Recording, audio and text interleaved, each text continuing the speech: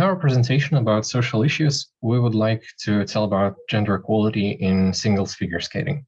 We'll mostly focus on singles because pairs are a whole different topic and they are hard to cover given 5 or 7 minutes. In our presentation, we will tell about the early days of figure skating and the first women to compete, as well as key figures which influenced the sport. And rounding the presentation up, we will tell about the present situation. So figure skating became an official sport in the late 19th century. In spite of being a gender-neutral hobby, high-level competitions were considered to be men-only. No specific rules stated this, but a rather controversial situation existed. At the time, unfortunately, nobody could have simply thought that women would compete, but changes did not take long to come. The first World Figure Skating Championships were held in 1896, and only 6 years after, in 1902, a British female skater named Madge Syres took part in the competition. Her skating was made difficult because of her heavy floor length dress, but she nevertheless performed brilliantly, finishing second to Ulrich Salchow. This had its response. In 1906, separate women figure skating championships were introduced, and in 1908, even the Olympics allowed women to compete, making figure skating the only sport available for women until 1936. So, in our presentation, Madge Syres is the first key figure, as her performance made it possible for women to compete internationally. As the time went by, various changes happened here and there in sport.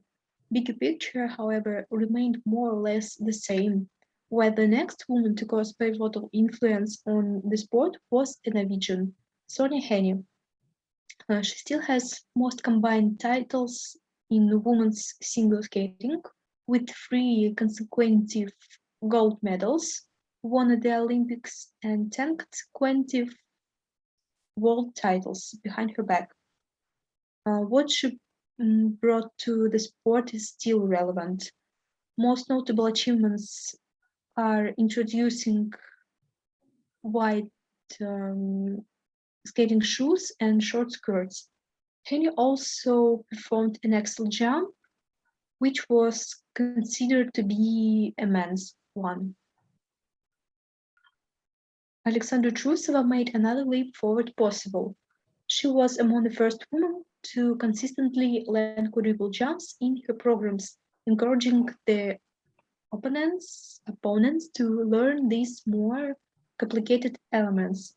In her interview, Sasha often said that quadruple jumps did not seem impossible to her.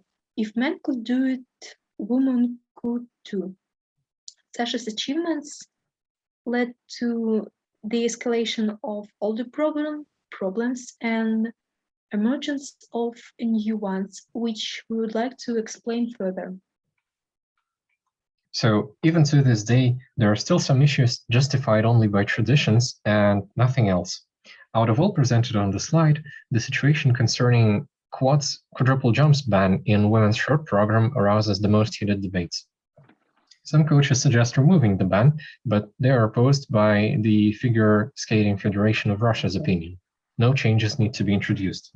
Having said that, it is important to note that quadruple jumps became consistently performed in the middle of an Olympic cycle when no major changes to the regulations are usually introduced by International Skating Union. Thus, whatever action the union will decide to take, we won't know about it until the end of Beijing Winter Olympics. The 2014 Olympics saw a rising tendency in women's skating for achieving titles at the age of 15 and retiring shortly after.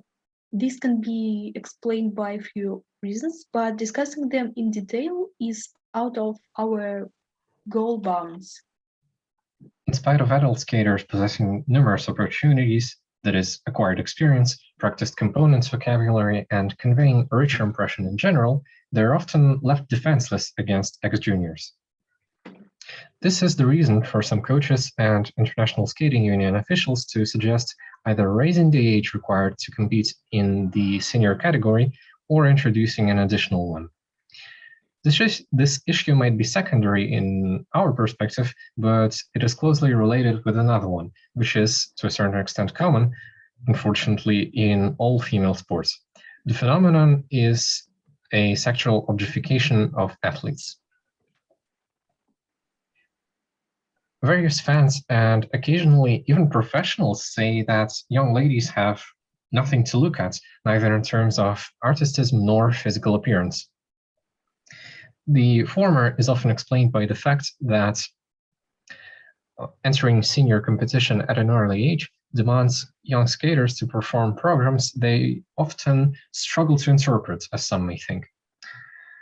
Furthermore, professionals criticize young skaters for that skating skills and presentation visually boring programs and superiority of technically over artistism.